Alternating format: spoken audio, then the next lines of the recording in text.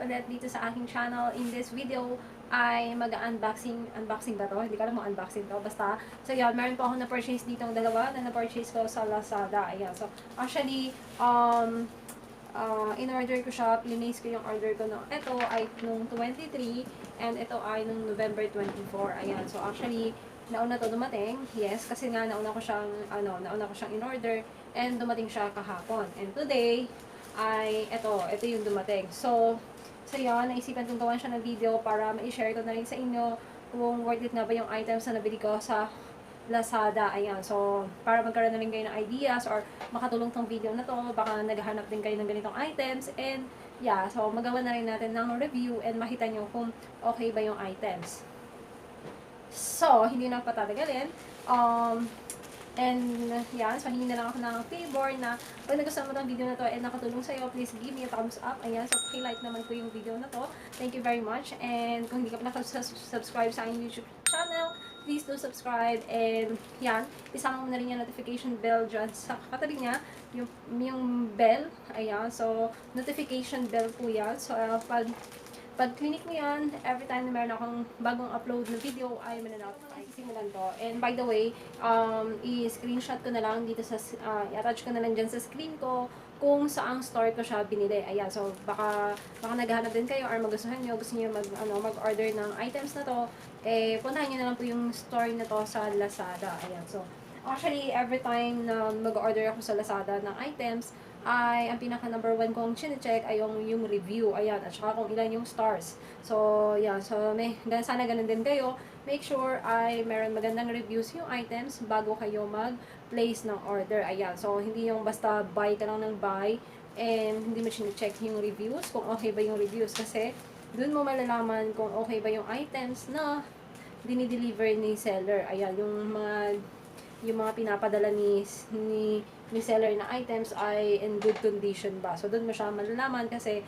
nagre-review. And ito na lang din, reminder na rin para sa, let's say, kung nag-order ka sa Lazada, huwag niyong kakalimutan na mag-iiwan ng review. Ayan. So, napakahalaga po yan and malaking bagay po yan para sa susunod na customer na mag-order kasi lahat ng doon tayo nagbe-base kasi online selling nga, online shop siya. So, mostly customers doon nagbe-base sa review. So, ako, every time na mag-order ako sa Lazada or sa Shopee, ayan, so nag-iiwan po ako ng review. Ayan, so nire-review ko po yung items, nag-iwan ako ng comment, ng feedback, para na rin yan sa mga susunod na customer and para sa seller, para na-inform siya kung good ba yung items na dumating sa akin. Ayan, so, yan, huwag niyo pong kakalimutan yan. Magbibigay po kayo ng rate or feedback, ayan, ng comment. Yan. So, yan. So, eto na, sisimulan ko na. Buksan na natin. And ito pa, pinaka-tinitignan ko dyan ay yung items pag, let's say, babasagin yung items na in-order ko, ang tinitignan ko yung packaging. Ayan. So, kung naka-bubble wrap, kung sealed ba yung item, secure and safe ba dumating. Doon mo palang malalaman kung sobrang iniingatan din ba ni seller yung items na pinapadala nila, kung naglalagay sila ng ganito, ng fragile. Ayan.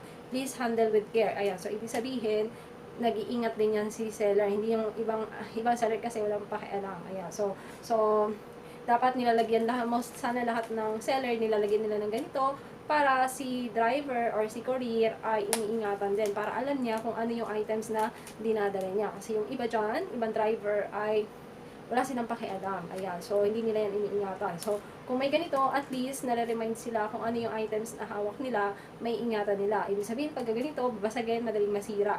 So, yan. So, at least, magiging careful sila. So, yan. So, eto, yan, thumbs up, 5 star agad. Sa packaging pa lang, okay na. So, buksan ko na.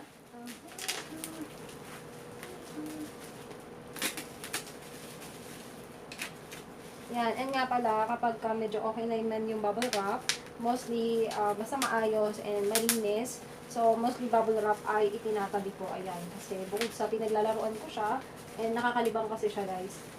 Ayan, so, pinaglalaroan ko yan, so, mahilig ko siyang paputukin. Then, after that, syempre magagamit ko din siya in the future, diba, malay mo, papackage din ako, so, magagamit ko siya, so, hindi na ako bibili.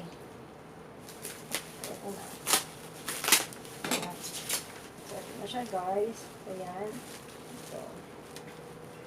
So, naka-scotch tape din. Ayan.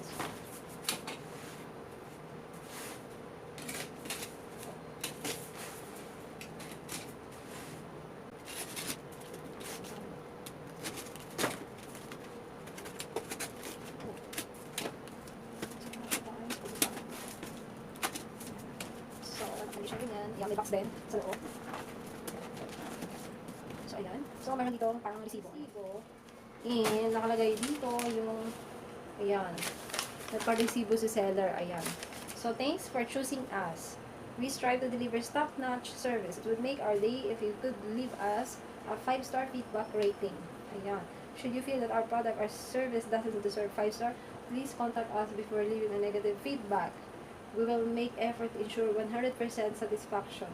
Message us. Ayun. So, ibig sabihin, sobrang iniingatan nila yung feedback na iiwanan mo sa kanilang page sa Lazada. Kasi nga naman, pag nag-iwan ka nga naman na negative, mostly customer kasi, katulad ko, ay nagde-depend ako sa reviews. Pag may nakita akong negative, automatic yan, ganon. So, hindi na ako doon mag-order. Maghanap ako ng ibang store. Ayan. So, eto, iniingatan niya yung mag-iwan ka ng negative feedback. So, gusto niya mangyari, kung merong nangyari sa items na to and negative, gusto niya ay i-message mo sila sa kanilang Facebook page bago ka mag-iwan ng negative or review na negative sa kanilang page sa Lazada. Kasi nga naman, malaking ano yun, di ba? Makaka-apekto yun sa customers nila, sa ibang customers na mag-order pa sana. So, yeah. So, ito yung items. Ayan. So, meron dyan yung details ko. So, yung items ay 139. And, syempre, hindi kasama yung shipping fee. So, yung items ay 229. Kasama na yung shipping fee. Ayan. So, screenshot ko na lang yun dyan sa screen ko. Ayan, para makita nyo. And, yeah. So, yung items na binili ko ay ano lang siya, 139 pesos. So, andito yung may paresibo siya. Kasi yung ibang seller, wala silang resibo.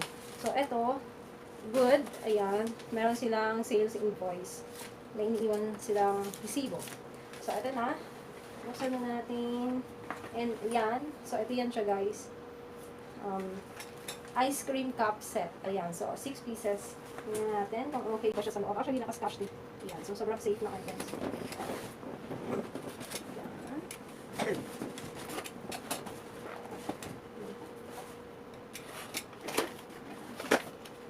So, yan. Alam mo guys, ito nga siya guys. Ayan. So, ito na po siya.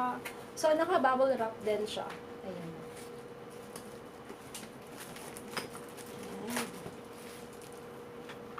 Ayan. So, bawat isa ay naka-bubble wrap. So, which is good. Kasi, as in, safe talaga yung items. Yan o. Okay, na guys. Buksan ko na siya. So, maayos ang pagkakapackage. So, di ba parang hindi ka nalugi. Parang feeling ko hindi na ako lugi. Kasi yung items ay worth 139 pesos. Plus, syempre yung bubble wrap, di ba? Gagastos sila sa bubble wrap. Sobrang secure. Ayan, talagang secure nila na hindi mabasa. Darating yung items sa'yo na maayos. So, ayan. So, syempre, scotch tape pa, diba? So, sila sa scotch tape, diba? So, hindi rin madali yung kanilang. So, ito yan siya, guys. Ayan. So, actually, lalagyan ko ng ice cream. Ayan. Ang cute niya, makapal. So, ang ganda ng items. Hindi siya mukhang mumurahin lang. Pero yung presyo niya ay sobrang, parang hindi siya bagay sa 139 pesos. Kasi, diba? So, 6 na tiraso po siya. Tanggalin ko lang isa-isa. 2 down. Oops. Ba't maliit naman? So, ito siya guys. 3 down. Ayan. Ano yung talaga pinag-aksiyan talaga nila ng time ang pagbabubble wrap, scotch tape, diba? So, talagang hindi madali ang online selling.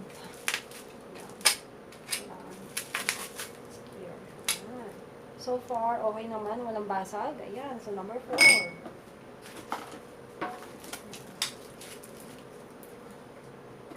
Aha. So, ito na guys. Ipapangkita ko yung pang-5. Ayan. So, akala ko ay safe siya. Pero, ayan. Ayan. So, meron isang basag. Hindi ko alam paano nangyari yan. Ayan o. Yan, basag siya. Siguro, siguro nagkaroon na siya ng bitak sa biyahe or I don't know. Ayan o. Kasalukuyang nag-vlog ako, di ba? So, ipapakita ko na lang. Ayan. So, ito yung 4 na nabuksan ko na. Ayan. So, ako po ay nagba-vlog at ayan. So, ganyan na nangyari. Bakit? Anong nangyari? Ayan. So, naka-bubble wrap yan. Bakit ay yan? So, I think because yung ibang as in, hindi lahat ng part ay naka-scotch tape. I mean, hindi lahat ng part ay naka-bubble wrap. Meron siwang dito. Ayan o. So, ganun din ang nangyari dito sa, ayan o, yung isa. Kasi yung part na to, ayan. So, yung part na to ay walang bubble wrap. So, ang nangyari, siguro, yan, nabasag siya. Ayan, nabasag. So, titingnan ko. Ayan. So, i-report ko siya dun sa seller. Ayan, ipapakita ko yan. Ayan. So, tingnan natin kung ano sasabihin ni seller. Ayan. Kasi wala siyang bubble wrap itong part na to. Ayan, oh. Open siya. So, eto, yung 4, okay naman. Eto yung isa, hindi ko pa nabubuksan. Pero, ipapakita ko lang kasi hindi lahat ng part ay naka-bubble wrap. Ayan, oh. Merong part na naka-open. So, I think, may nadali yung pagbalot. Ayan. So, useless, 'di ba? Ayan. Akala ko safe and secure siya. Pero hindi pa rin pala. Ayan, oh, kasi etong part na to, open. Ay, napahinto ako dahil nga basag yung isang glass. Ayan. So, basag siya. So, hindi ko na siya open. So, ang ginawa ko kapag ganitong items ang nare-receive ko, hindi ko na siya bubuksan. Pag nakikita ko siyang sira, hayaan ko na siyang ganyan. And pinipicturean ko, dinodocuments ko, and isasend ko siya doon mismo direct sa chat. I-chat ko yung direct yung seller. Ayan. So, ganito yung gagawin nyo guys. Kapag nakaka-receive kayo ng ganito, i-inform nyo muna si seller. Kapag ganito na may items na sira, i-message nyo muna si seller kasi meron naman yan silang Facebook page or sa chat box ng Lazada, and makipag-connect muna kayo sa seller. So, tingnan natin kung ano, actually, sinend ko na yung picture, pinicturean ko, sinend ko sa kanila na ganito yung items na na-receive ko. Ayan, so, tingnan ko kung ano yung i-reply nila sa akin. So, ganun po yung gagawin nyo. Huwag mo na kayong mag-leave negative review sa mismong page ng Lazada. Ayan, so, i-message nyo muna yung seller. Tingnan natin kung anong gagawin na remedyo or anong gagawing action ni seller sa items na sira. Ayan, so, ganun lang. So far, okay naman. I think, nagkamali lang ng, may part kasi na hindi nabalutan ng bubble wrap. So, I guess, yun. So, sobrang napakaselan kasi ng mga ganito baso na kapag ka-in-order mo sa online, tas, kailangan balot na balot talaga siya kasi mahaba pa yung binahin yan. So, items, yung isa, 1 down. So, proceed na tayo sa pangalawang items na na-receive ko. So, ito. Yung pangalawang items ko ay ito. So, in-order ko siya nung 24 and yeah, dumating siya ngayon, 30 na. So, 6 days, inabot siya ng 6 days. Kasi guys, galing pa siya ng China. Ayan o. Galing pa siya, yung seller address ay China. Ito. So, binahay pa, galing ng China. And ang binayaran ko dito ay 253. Ayan, 253. Actually, yung items na to guys, nahirapan ako maghanap kung saan ako makakabili. And plus, may sa panahon kasi ngayon, mahirap magbiyahe.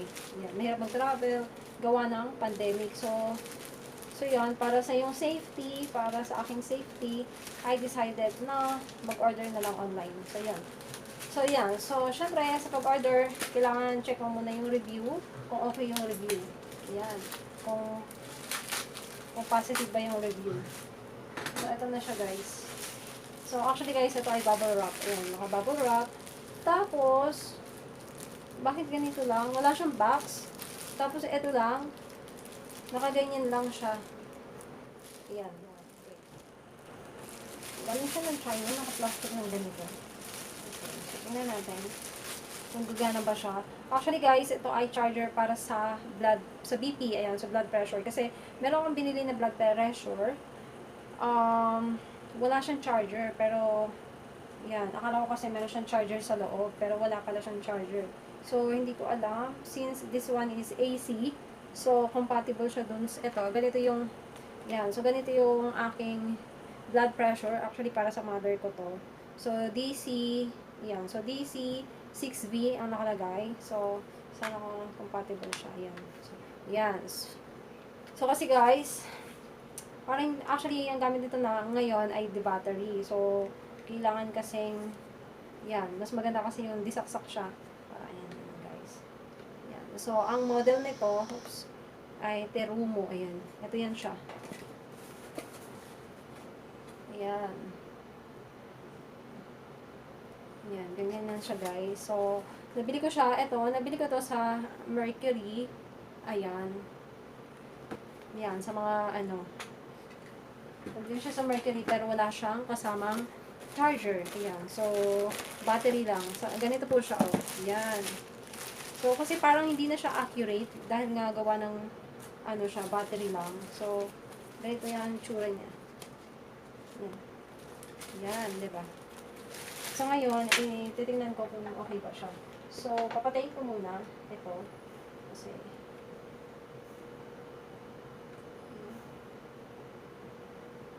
no. Hindi ko siya dadalhin, guys. Kasi, yan. Kasi nandito yung aking saksakan. Ayan.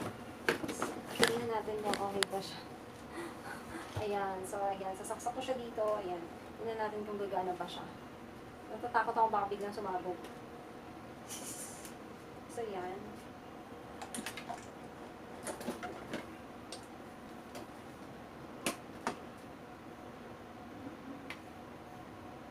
So, far, gumana siya. Ayan, o. So, tinanggal ko kasi yung battery. Ngayon, nag-ano na naman siya. Ayan, o. Nag-aas siya ng... Ayan. So, ibig sabihin gumagana. Oops. So, ganyan lang. Ibig sabihin gumana siya. Ayan. Ayan. So, pag tinanggal ko siya, mawawala. Ayan. So, pag kabit ko siya, yan. So, actually, date yan. So, ibig sabihin, thumbs up. Gumagana siya. Yan. So, nawala na naman yung date. Isa-set ko na naman yung date na to. So, yun. So, thumbs up. So far, okay naman yung items. Ayan, may pichil-pichil dito. Ayan. So, okay naman. Thumbs up. 5 stars sa akin yung charger na to. Ayan. So, guys, kasi hindi ka pwedeng gumamit ng kung ano ng charger lang na hindi naman compatible para dito. Ayan. So, actually, nahihirapan ako sana ako maghahanap ng charger na ganito para sa charger ng BP. Ayan. So I decided na sa Lazada na lang ako mag-order. So, yun. So far, okay naman, worth it. Ayan. So, mas actually, di battery to. Yan o. Ganito siya, itsura nito. Ayan. Actually, di battery yan. So, 4 ang gamit na battery. Ito, yung basta, yung ganito. Yung malaking battery, ayan. So, 4 ang ginagamit niyan. Yan. So, feeling ko kasi parang hindi na siya nag-accurate gawa ng battery or baka mahina na yung battery. So, I decided na bilhan siya ng charger. So, yun. So, happy ako kasi at least meron akong isang items na good. Okay. So, yan. So, guys, thank you for watching. That's it for today's video, for today's vlog. And kung nagustuhan mo itong video nito, please give me a thumbs up. Ayan. So, thank you for watching. See you all in my next video. See you in my next upload na video. Okay, bye-bye. Stay safe, everyone.